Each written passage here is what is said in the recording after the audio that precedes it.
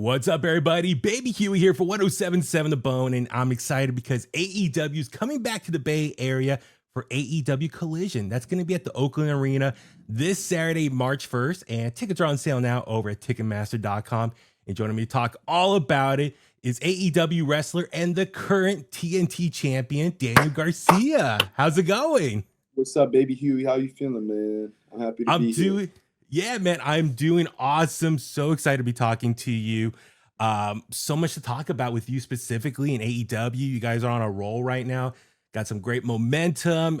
First off, yeah, Bay Area, got you guys coming back here. And then next weekend, you have AEW Revolution. Yeah. So, okay, let's jump right into that. So for me, I've been lucky to see you wrestle many times in the Bay Area over the last handful of years at West Coast Pro Wrestling. Also, I believe pre-COVID, I think you were in the APW Lions Cup, Young Lions Cup. Yeah. Is that correct? Yeah. So, I mean, for me, the Bay Area, like SF, Oakland, like that whole area, it's kind of like my second home in wrestling. Like, obviously, I got my start.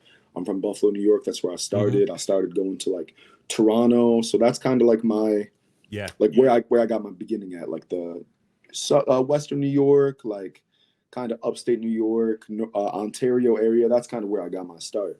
But then like the first places I really got opportunities like outside of kind of the East Coast was, West Coast, in the Bay Area, thanks to West Coast Pro. And, it always holds a special place in my heart because of that. I love the city. I love the culture. I love the environment. So I'm really excited to be back there.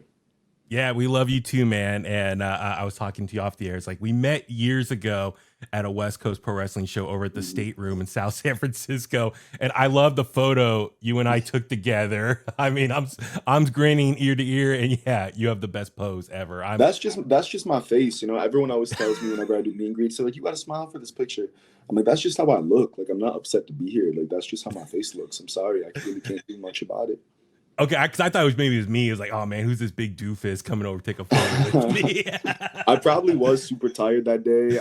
Was that when I wrestled Suzuki? Let's see. This was from, I have the date here, December 10th, 2021. So about a little over 3 years ago. I think so. I'm trying to remember now. So yeah, it's a little I'm over not 3 sure years what that would have been, but yeah, I probably came from an AEW show. I was probably super tired, but I'll always take pictures, even though I'll look a little bit miserable. I promise I'm not. Absolutely. And for reals though, I do appreciate you making the time after the show. I was hanging out, talking to some friends, and yeah, you were super cool to talk to. So yeah, I'm super excited just to be talking to you right now. So like, dude, congrats on what you've accomplished the last few months. I mean, first off, TNT Champion, your first singles title with the company. So let's talk about that. Full Gear back in November, you went off Jack Perry. What does it mean for you to be TNT Champion for AEW? I mean, being TNT Champion is special because you're literally the face of the network. You're the face of TNT that AEW Collision is on every single week. Like, it's very important. You're really entrusted to be the face of a network. And to me, the TNT Championship is so important because that was like the original like workhorse title of AEW. Like, that's Cody Rhodes' title. That's Brody Lee's title. Christian Cage, Adam Copeland, Samoa Joe, Darby Allin. Like, all these great names have held this title. And then someone like Jack Perry, I think he got it and kind of halted the momentum of the title a little bit. He kind of turned it into like what he thought the TNT title should be. And I think what he thinks the TNT title should be is completely different than what it actually should be. So I'm doing my best to, restore the prestige and, bring the title back to the relevancy that it once had. Yeah, and you've been doing so great job the last few months. Obviously, at the end of last year, the Continental Classic, which I'll get into in a second. But looking ahead to this Saturday at Oakland Arena for AEW Collision, you got a big match. It was announced this week. You're going to be defending against Adam Cole. And Adam Cole, what can we say? One of the greats from the last 10 years. We've seen you guys, he's been eyeballing that title the last few weeks on AEW TV. So what's your head going into this match with Adam Cole, one of the greats from the last few years?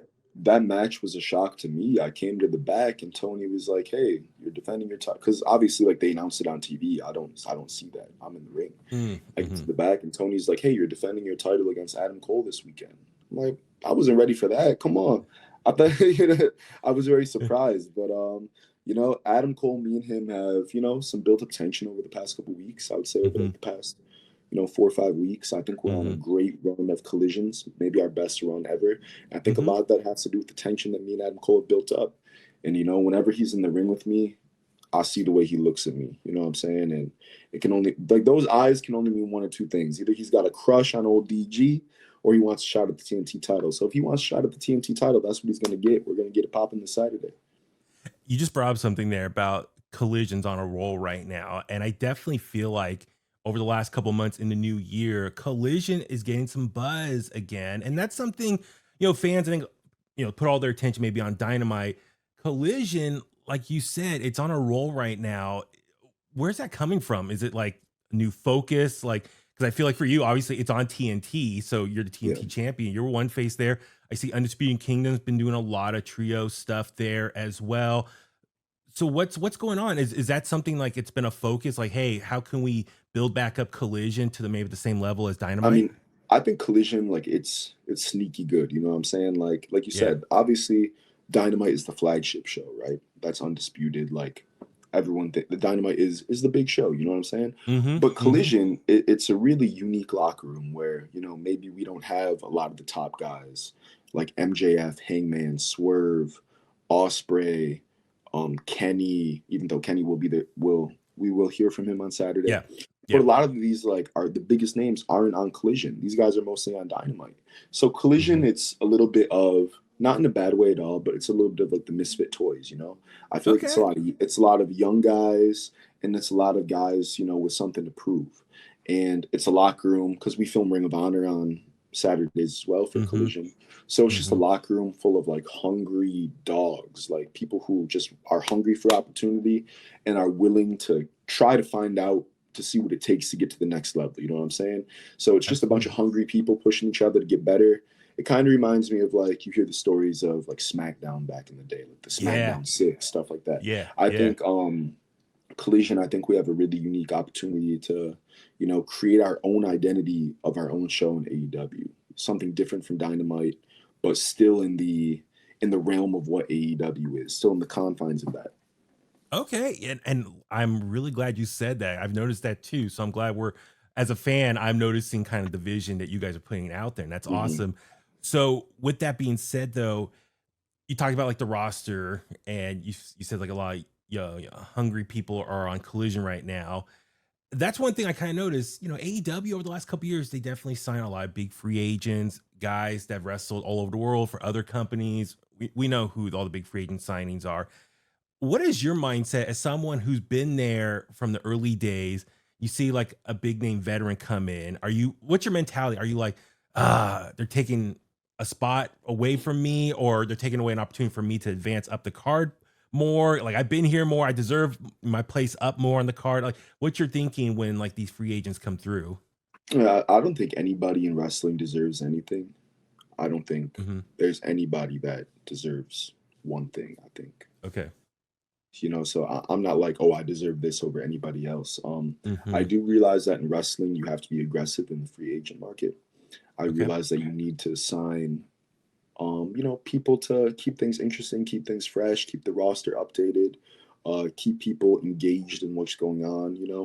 Okay. Um, but I am under the impression that what is for you can't be taken away. So if somebody was to come in and I'd be afraid that they take my spot, or if they did take my spot, then that spot wasn't for me. You know what I'm saying? I'm trying to carve out my own lane. I don't think that, you know, that Adam Copeland coming in is going to affect what Daniel Garcia does too much. You know what I'm saying? If anything, I Hmm. think these are people that I can learn from.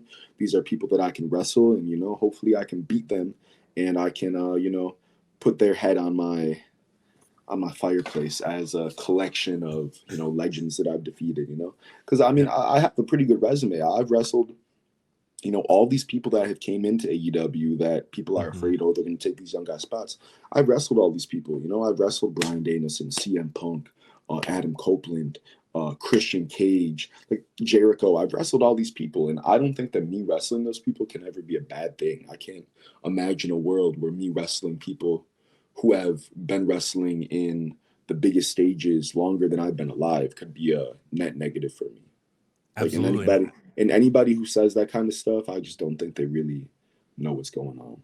Yeah, they don't get it. Like, where for you as a wrestler? What does that mean, and the accomplishments and building up your resume as a wrestler? But So but I do understand where they're coming from. I get okay, why it yeah. could look that way, and Hmm. sometimes it can feel that way, and sometimes I feel that way too. But I just gotta get out of my own head, realize what it is, and realize what's for me can never be taken away. So Yeah.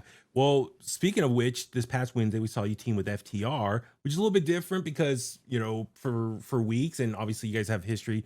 You've worked with Angelo Parker and Matt Menard, so it's I know you're a TNT champion right now. You're a singles guy right now, but is FTR someone you're going to team with more if when it comes to trios matches, or are you going to go back to the guys Angelo Parker, Matt Menard?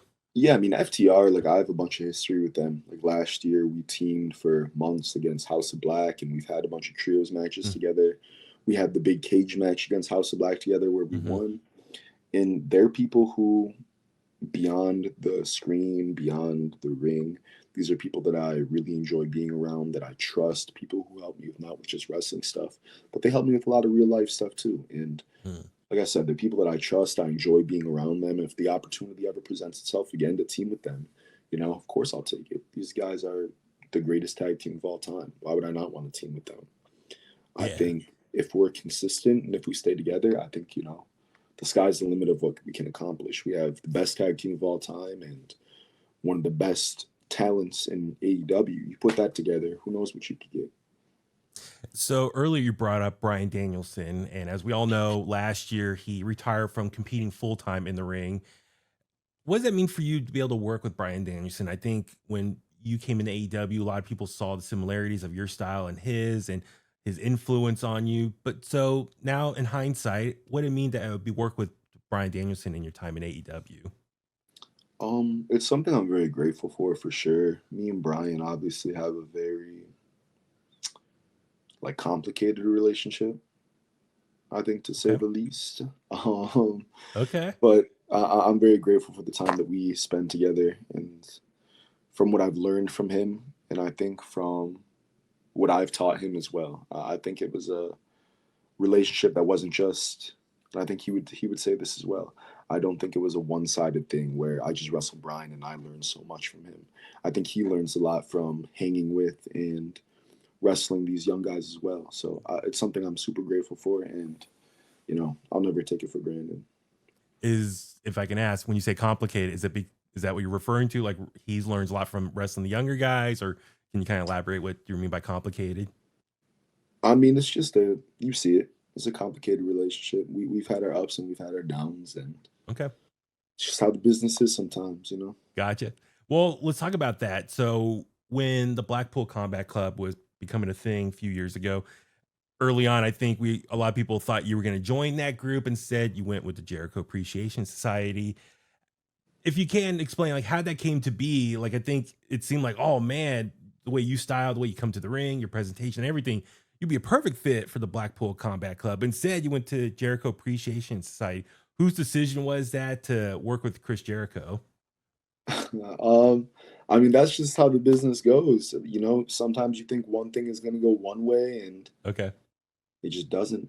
But I think looking at my career now, Jericho tells a story all the time. He could tell, like, when he told me I was joining him, he could tell I was, like, visibly upset because I thought I was going to join my two heroes, John Moxley and Bryan Danielson. I thought that's what I was about to do.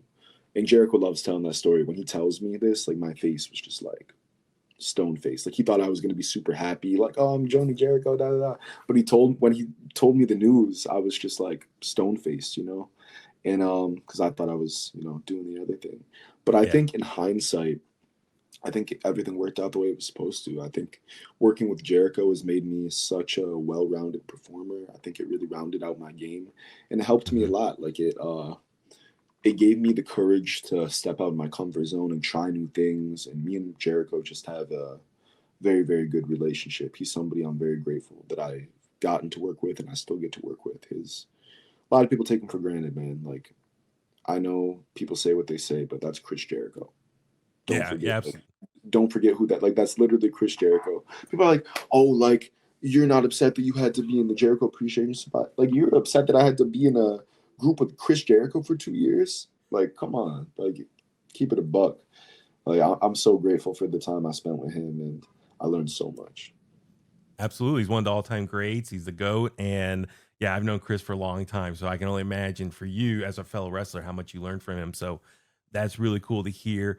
But also, I really wanted to ask about the great feud with Jack Perry leading up to Full Gear last year. Yeah, that great stunt where you guys put him on his van, drove off, you beat him off site somewhere, beat him up, Pause. and that stunt though, that was a little scary. I mean, I'm watching this. You guys throw him, lock him down on the front of his van, drive off. Was that kind of scary to film that, live, as far as like, want to make sure everything goes okay? Sometimes you just got to do it. I mean, that's just how it goes sometimes. Sometimes you're afraid to do something, but usually when you're afraid of something, it means that you're right behind something great. You know what I'm saying? And I think that's something that I'm really glad that we did it. I think that's something like, as far as Jack's career goes, I think people will remember that forever. Like, that's going to be a definitive moment for him, and I think for me as well. So that's something I'm glad we did, even though it was Yeah, quite terrifying in the moment. I can only imagine, but it's cool, man. Like those type of backstage segments are always fun to watch. So I'm glad to see you get involved in storyline segments like that. It's cool. It just adds layers to you and what we see on TV. But back in the ring though, so Continental Classic, ended last year. Really cool matches at the Hammerstein Ballroom in New York City. That's a legendary venue. So I can only imagine as a wrestling fan how cool it was. But from your perspective, what was it like to wrestle at that venue? It was super dope. I feel like, it kind of brought something different out of me. It brought out a side of me that I haven't felt in a while at that point. I wrestled Shelton Benjamin and I wrestled Kyle Fletcher. And me and Mhm. Kyle Fletcher, the main event of Dynamite, I feel like that's, what modern wrestling is supposed to be. It was like me and Kyle, we were like a great kind of like Ring of Honor, like throwback, it felt like, but a more Yeah. like modernized version of it. And I think that is the new wave of, kind of like what AEW should be. I think me and Fletcher kind of gave a little preview of the next 10, 15 years of AEW with that match. And that's exciting to hear just because I know, like, you re-signed with the company last year. A lot of people were excited for you to return. With that, though, you've had some feuds under your belt now that you've been building up as a single star. You had the great match with Kyle Fletcher. You had the stuff with Perry, MJF as well. Do you have a favorite feud right now in your time in AEW thus far? Man, the Max stuff was cool. Hmm. Um, I think me and Wheeler Yuta, kind of have a rivalry that transcends our time at AEW. Like, we've had a rivalry for the past, and it's not like necessarily a consistent rivalry where it's like where we have like a month-long thing where we were doing stuff all together. It's kind of just something where some stuff happens and it stops, and some stuff happens and it stops. So I think when it's all said and done, I think me and Yuta is going to be a generational rivalry where we, hopefully wrestle each other for the rest of our careers. Yeah, no, that'd be great to see. I'm digging that. And also, it was cool to see you in the ring with Shibata not too long ago. Is there anyone else so far that maybe on the AEW roster, or even New Japan? Is there someone else that you haven't had a chance to work with that you really want to? I've never wrestled Samoa Joe. Me and Samoa Joe have never done anything together. Okay. Me and Takeshita have never wrestled in the AEW ring. Well, we did like a tag team match, but we've never had a singles match. Hmm. And as far as New Japan goes, um, Gabe Kidd is somebody who I would just love to hit in the face. He's somebody who I think a lot of people could kind of compare us. I think we're both bald, brash, young men. Yeah. And he's somebody who I have some history with as well. We've never touched in the wrestling ring, but he's somebody, if you go back, you can find the tweets, you can find the videos of us, kind of going at each other. And he's somebody who he's having a career year right now. He had the match with Kenny at the Dome. I'm Hmm. somebody who's having a year as well. I have the TNT title. I'm a champion of a network. I'm the face of a network, and he's becoming the face of a company. Gabe Kidd is becoming a legitimate face of a company. And, he's been on Collision the past couple weeks, so hopefully we can cross paths. I can hit him in his loud British mouth, and we can see what happens. Right on. And the night that you won the title at Full Gear was also the debut of the Costco guys in AEW. And I just have to ask this. I'm with you. I kind of just recently got onto them as far as discovering who they were and everything. But I got to ask, man, how cool was it to meet the Rizzler? Like, to me, the Rizzler's the star of that group.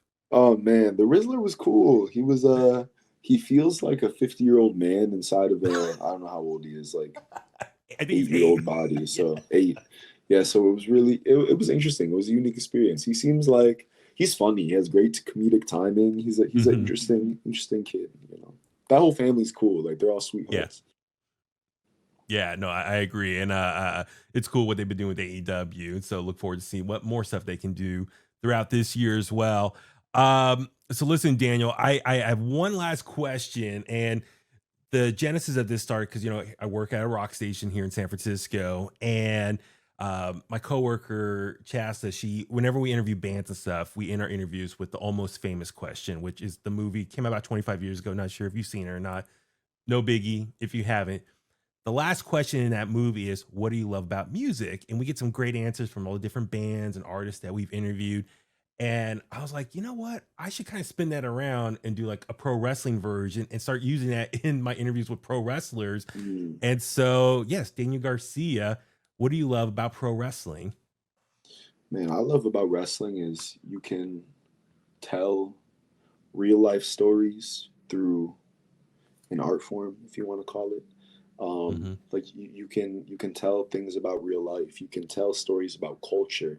You can, like, whatever's going on in the world, you can present that and express how you feel and express how you feel about certain situations through a medium that is live every single week. So it's like you can be so current with it. You don't have to wait months and months to film it. It's kind of like SNL. You can like tell pop culture. If something goes on the day before, you can tell it the next night on TV, you know? And that's what I like about it is you can just really like tell stories about real life through a real life emotion, real life stories, real life experiences through a medium that, you know, I think not everybody enjoys wrestling, but I think if everybody takes the time to sit down and watch it, everybody can relate to something in wrestling. And I think that's what I like most about it. Absolutely. I agree 100%. So listen, Daniel, thank you so much for making the time. So I encourage everyone, get your last minute tickets for AEW Collision this Saturday, March 1st at the Oakland Arena. Ticketmaster.com, also AEWTix.com for more info. I'll have all the links over at 1077thebone.com as well. And Stack Show, as it was announced this week on Dynamite, Mr. Garcia, you were defending against Adam Cole for the TNT Championship. Also, we got FTR versus Kyle O'Reilly. And also Kyle O'Reilly, hometown boy, Powerhouse Hobbs from Oakland. I was gonna say Roderick Strong. Hell yeah, we're gonna see Powerhouse Hobbs in action as well, and we're gonna hear from Kenny Omega. So stack card here. I'm looking at the graphics right now. It's gonna be awesome. Oakland Arena. That's the place to be this Saturday. And of course, you know, hey, remember, check out AEW Revolution. That's gonna be next Sunday, March 9th, live on pay-per-view down in Los Angeles. So Daniel, thank you so much for making the time today. I really appreciate it. Thank you, baby Huey. Appreciate you, man. Awesome. Good luck this week against Adam Cole, and hopefully we see you continue on with an amazing TNT Championship title reign. Thank you. Let's get it. Thank you.